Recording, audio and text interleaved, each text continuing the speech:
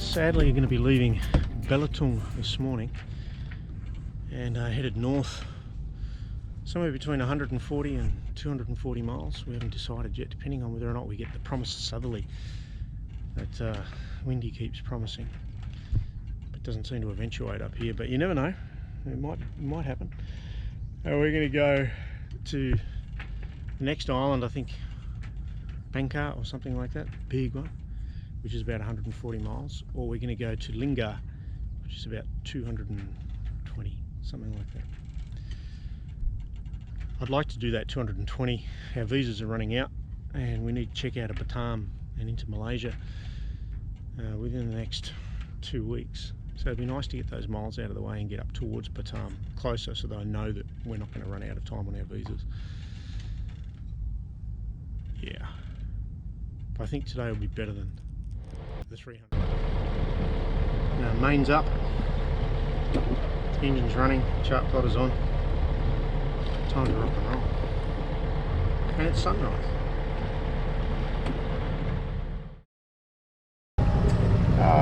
Yeah, go ahead, Bruce. Yeah, I've just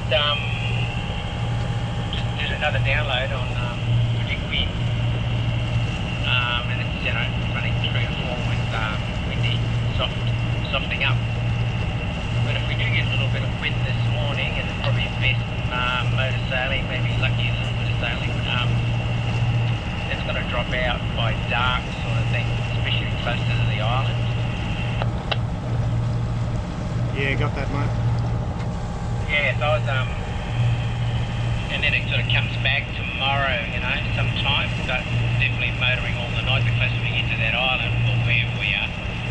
And when it comes back, it sort of fills it a little bit better. What I'm seeing wider than it does and closer to the island. So I see 2 alternatives.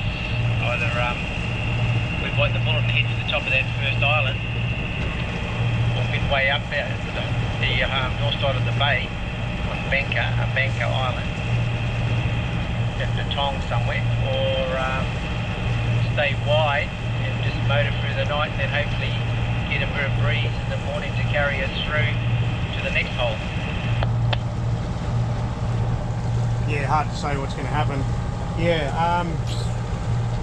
kind of easy with both of those. I prefer the idea of maintaining that course for the top of Bangka, just in case we decide we want to stop for some reason.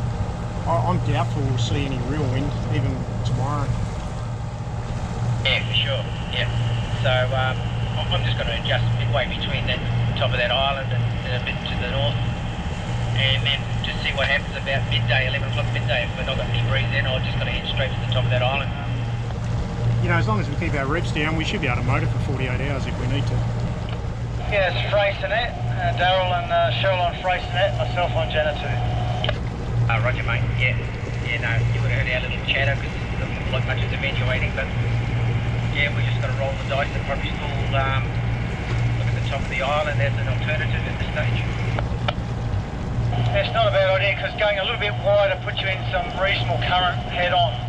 There's a bit of a south current flowing from the northwest that increases a little bit more you go out, so heading a bit closer to the island reduces the current. Oh, that's good to know. All right, thanks for that. Yeah. Everyone will make their own plan in the end, and everyone will follow their own plan.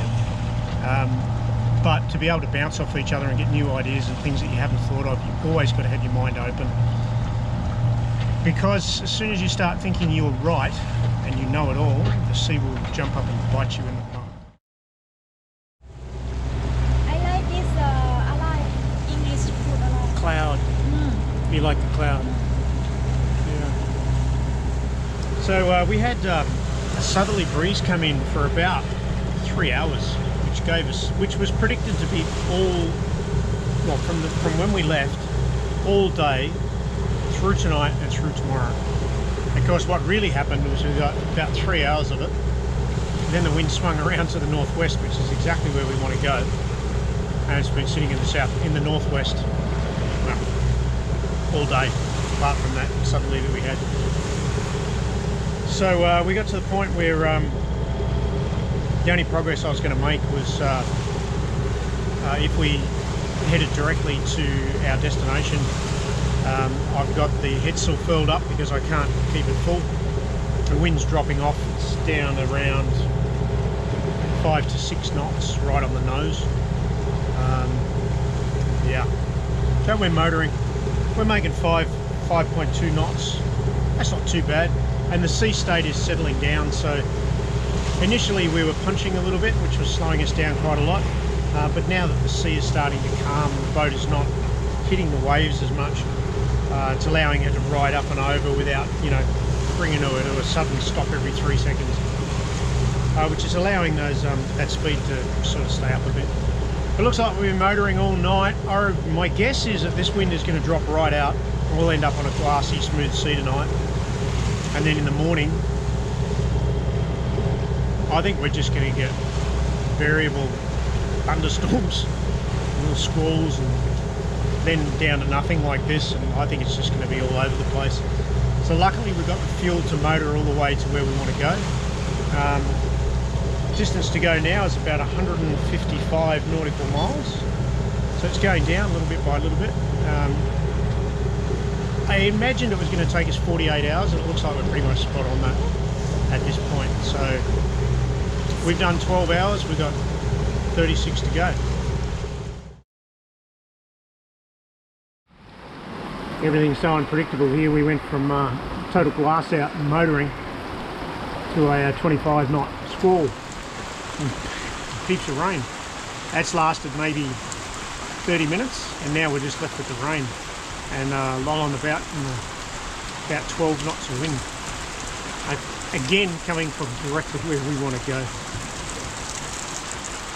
These northwest monsoons are no good for travelling northwest, I can say that. Still got a long haul to go to get to Linga Island, which is our planned destination, I guess. I think it's, without looking at the chart, I'd have to get wet to do it. It's probably about 80 miles, I think, still to go. So it'll be through the day and through the night. But in the meantime, we get rain. Hey, my love.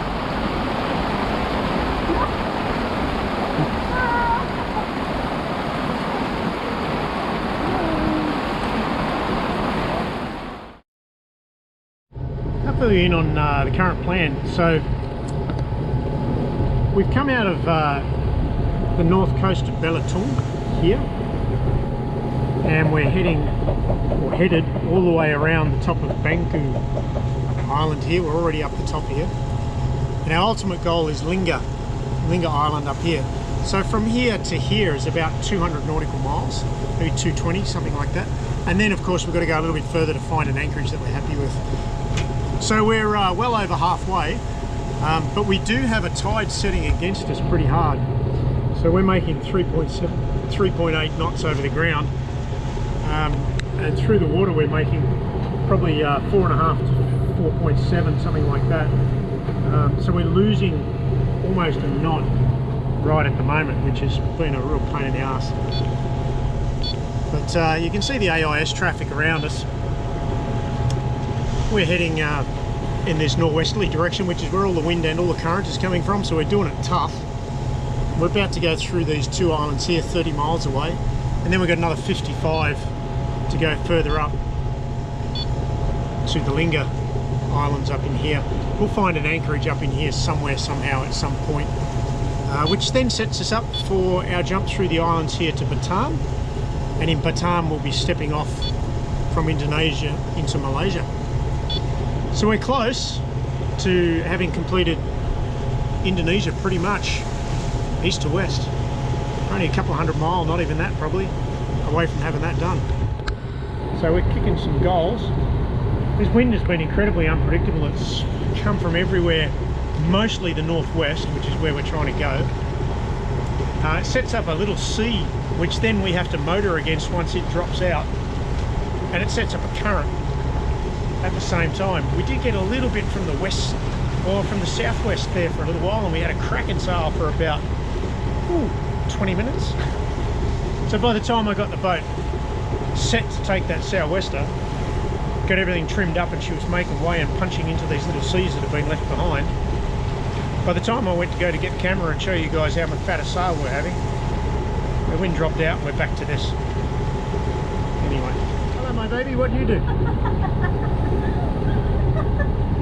I'm not cooking, I'm cooking. Oh, what are you cooking, though? I'm not sure. Let's see. Wait to see. Alright, we're really looking forward to it. Can't wait to see what Tan's got on the menu. Now that we're not sailing and it's sort of flattish, it's time to make a meal. So Tan's in charge of all that, and I get Thai food every day. Okay. Oh, check this out. Woo-wee. Thank you, my love. Welcome. Oh, Tan's made this. This is musam chana, it's like pork belly, cooked with something. Which one's yours? This one yours? It's you. This It's me. spicy. Oh yeah, so Tan's has got all the spicy on it, Have chili. all the chili and stuff, and then she makes one for me without, because I'm a baby. Thais call us phalangs. Thank you, my darling. You do good.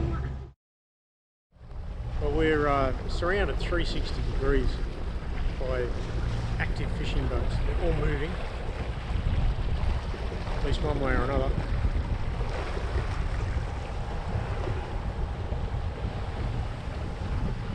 Absolutely 360 degrees. Anyway, that'll work. We'll soon find out.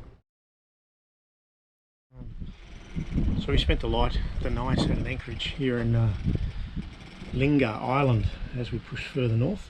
So we finished that passage of about 230 nautical miles in some pretty boisterous conditions for the remaining 6 hours. We had thunderstorms after thunderstorms in the wee hours of the morning. Yeah, I was pretty exhausted by the time we got here. All we did was just basically put the pick down and go to sleep. That was around about daybreak. The one exciting thing today is that less than 5 miles north of here is the equator. So we're both going to cross the equator for the first time under sail, hopefully, today. So that's a milestone to be achieved. Well, I'm running out of energy. I'm tired. It's been a long push through Indonesia. I think it's reflecting in our videos too.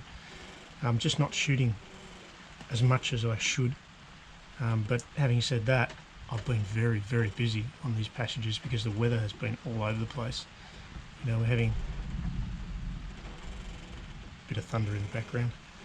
We're having huge squalls just constantly coming out of nowhere, so I'm constantly reefing, adjusting, and the wind swings probably 100, 120, 150 degrees. So you're busy all the time, and when I'm doing that I can't film because I'm usually busy reefing. So yeah, anyway, the boat's got to come first, the videos come second. That's the point. We're not here to make money, we're not clickbait. We're just trying to share the experience, so I'll share what I can when I can. Yeah. So we're about 2 miles off the equator now, very close. We're getting ready for a huge party on board Starlight when we cross the equator. Not really. It's pouring with rain outside. It's pretty crappy. It's still notable. All this way, hey? We've done thousands of miles to get here. Yeah. 2,500, I think. 2,000, something like that. I think we counted last night. We've been at 30 anchorages through Indonesia so far. We're nearly done. Yeah. So I'll let you know. We'll go nuts when we hit that equator. We'll probably do a dance or something. So this is where the equator is going to happen for us. Hang on, just looking for my buddy boat. Oh, there he is. Making sure I've got eyes on him because we're reasonably close. Anyway, we're going to be just south of Kentar Island and north of Linga Island. So the equator itself is going to happen probably around about here. Let's have a look. Well, yeah, pretty close. So it will be happening somewhere around about there, I guess, which is only 1.5 miles from here, something like that. So we're going to cover that ground fairly quickly, getting ready for a huge party on board. It is going to go absolutely off on Starlight. Yeah.